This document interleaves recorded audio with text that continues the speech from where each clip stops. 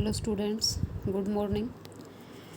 हमने inner products पे start कर रखा था।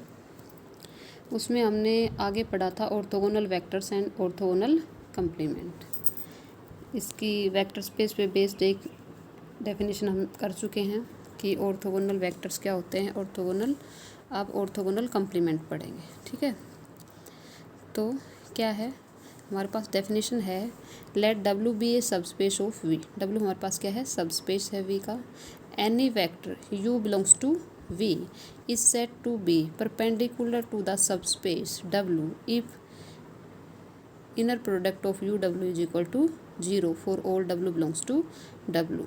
क्या कह रहा है, अब डब्ल्यू हमारे पास वेक्टर स्पेस ना होकर क्या है, सबस्पेस है। ओके, डब्ल्यू यहाँ क्या है, सबसेट।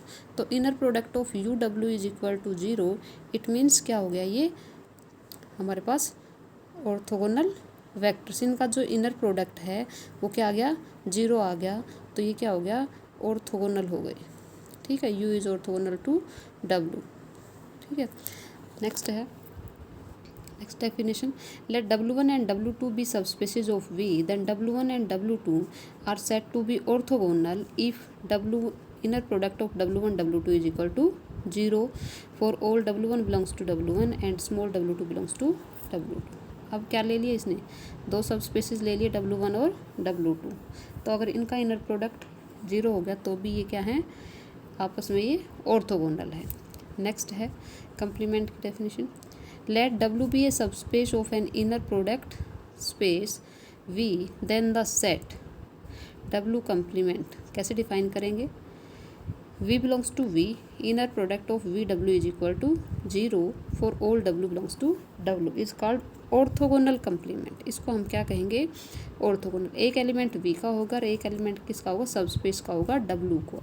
तो इनका इनर प्रोडक्ट अगर 0 आ जाता है तो उसको क्या कहेंगे, W हमारा W कॉम्प्लीमेंट। ओके, अब कॉम्प्लीमेंट पे बेस्ड थ्योरम है, let W be a non empty subset of an inner product space V over F. W क्या है, नॉन एम्प्टी है, सबसेट है inner product space V F का। Then W complement is subspace of V over F. क्या करना है, W complement को सब स्पेस दिखाना है। तो सब स्पेस हमें पता है कैसे डिफाइन करते हैं, क्या दिखा दे, A we one plus B we two belongs to W complement. तो क्या हो जाएगा, वो सब स्पेस हो जाएगा। तो कैसे डिफाइन करेंगे, by definition of orthogonal complement. तो डेफिनेशन कैसे लिखेंगे, V belongs to V, inner product of V W is equal to 0 for all W belongs to W। Okay, क्योंकि हमें पता है inner product of 0 W is equal to 0 for all W belongs to W। Since 0 belongs to W complement implies W complement is not equal to 5, ये empty नहीं है। तो इसके लिए हमने क्या किया, दो एलिमेंट्स ले लिए, late V1 V2 belongs to W complement and AB belongs to F। Then inner product of VW is equal to 0 and inner product of V2W is equal to 0।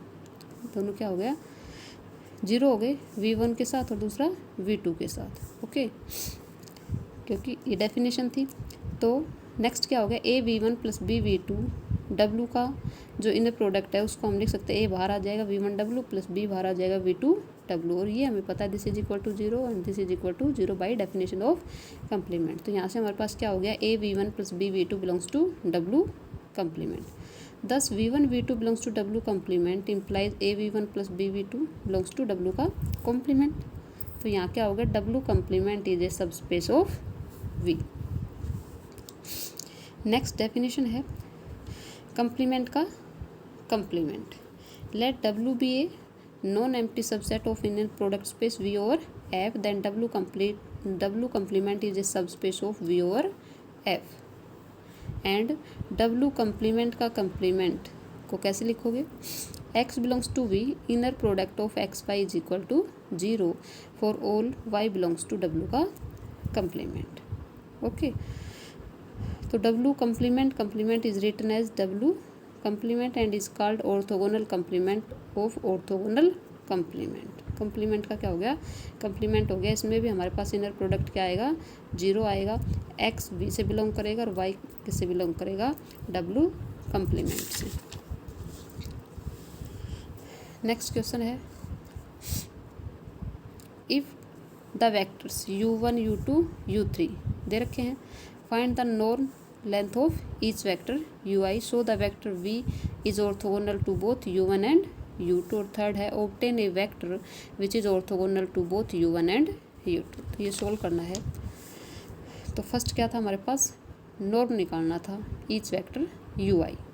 तो नॉर्म ऑफ u1 को हम लिखेंगे under root inner product of u1 u1, it means, तो इसको कैसे लिखेंगे, u1 की जो वैल्यू थी 1 2 i आइटा, तो क्या हो जाएगा 1 into 1 plus 2 iota into minus 2 iota plus iota minus iota, this is equal to √6। ऐसे ही नॉर्म ऑफ u2 क्या हो जाएगा under root inner product of u2 u2, इसको अभी हमने सोल्व कर लिया, ये क्या आ गया √3। ऐसे ही नॉर्म ऑफ u3 आ गया हमारे पास, इनर प्रोडक्ट ऑफ u3, इसकी वैल्यू क्या आ गई √7 in C3। If u is equal to A B c, then inner product of u को क्या लिखेंगे, a bar plus b bar plus c bar. तो यहाँ हमारे पास तीनों वेक्टर्स की नॉर्म आ गई। सेकंड क्या था, show that the vectors v is orthogonal to both u1 and u2, orthogonal दिखाना था। The vector v is orthogonal to u1 and u2 if v u1 is equal to 0 and inner product of v u2 is equal to 0। अगर ये 0 आ जाता है तो क्या हो गया, वो ऑर्थोगोनल हो गया। तो v u1 को कैसे लिखेंगे, वैल्यू रख दी हमने v और u की, तो क्या था 1 minus eta into 1 plus -1 into -2 iota plus 1 minus eta into minus of eta. इसको सोल्व कर लिया, इसकी वैल्यू क्या आ गई, 0 आ गई। तो v is orthogonal to u1। Similarly v u2 निकाल लेंगे तो ये भी क्या आएगी, 0 आएगी। तो v ऑर्थोगोनल किसके हो गया, u2 के। नेक्स्ट था, obtain a vector which is orthogonal to both u1 and u2। ऐसा वेक्टर ऑब्टेन करना है जो u1 और u2 दोनों के क्या हो, ऑर्थोगोनल हो। तो हमने लेट कर लिया कि वो वेक्टर हमारे पास क्या है, u is equal to A B C B vector which is orthogonal to both u1 and u2। तो क्या आना चाहिए, u1 is equal to 0 and product of u3 is equal to 0, ये होना चाहिए हमारे पास। तो ये हमने सोल्व किया इसको, तो क्या आया, a into 1 plus B into -2 iota plus C into minus eta. इसको सोल्व कर ले, इसकी वैल्यू क्या आ गई, 0 आ गई। ठीक है, ये 0, और ऐसे ही सिमिलर है दूसरे को भी क्या रख दिया, इज इक्वल टू 0 रख दिया। तो दोनों को सोल्व कर लिया, तो हमारे पास किसकी वैल्यू आ जाएगी, ए बी सी की। तो a की वैल्यू क्या आई, -3 plus iota minus eta 1 plus 5 eta. ये ए बी सी की वैल्यू आ गई, इट मीन्स ये u की वैल्यू हो गई। ये जो वेक्टर होगा वो क्या होगा, ऑर्थोगोनल होगा u1 के भी और u2 के भी। ठीक है, late VF be an inner product space, then W1 W2 contained in V, then show that singleton set जिसमें केवल 0 एलिमेंट है, कंप्लीमेंट इज इक्वल टू क्या आना चाहिए, V आना चाहिए। Second, V complement is equal to single element 0, W1 contained in W2 implies W2 complement contained in W1 complement। Fourth है, W intersection W complement में क्या आना चाहिए, केवल singleton element 0 where W belongs to V। by definition of orthogonal complement, 0 complement V belongs to V, inner product of 0V is equal to 0, also inner product of 0V is equal to 0 for any V belongs to V।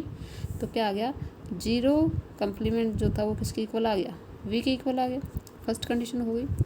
Second, V complement में केवल 0 element देखा, set of all those vectors of V which are orthogonal to all vectors including themselves. Okay, तो क्या हो गया ये, by definition कैसे लिखेंगे, V belongs to V, inner product of V is equal to 0 for all U belongs to V। तो हमें पता है इनर प्रोडक्ट ऑफ 0U, इसको लिख सकते हैं 0 into U, this is equal to 0, it means inner product of U is equal to 0 for each U belongs to V। ऐसे ही थर्ड है, let W1 contained in W2। ठीक है, तो हमने लेट कर लिया, let small w belongs to w2, complement be arbitrary. Then by definition of orthogonal complement, w is orthogonal to w2. Then by definition wv is equal to 0 for all v belongs to w2 and wv is equal to 0 for all v belongs to w1. तो w क्या हो गया, orthogonal हो गया w1 के, तो यहाँ से w बिलोंग्स टू किससे कर गया, w1 कंप्लीमेंट से करेगा. Thus any w belongs to w2 complement implies w belongs to w1 complement. तो क्या हो गया, w2 कंप्लीमेंट कंटेंट किस में कर गया, w1 कंप्लीमेंट. Thank you.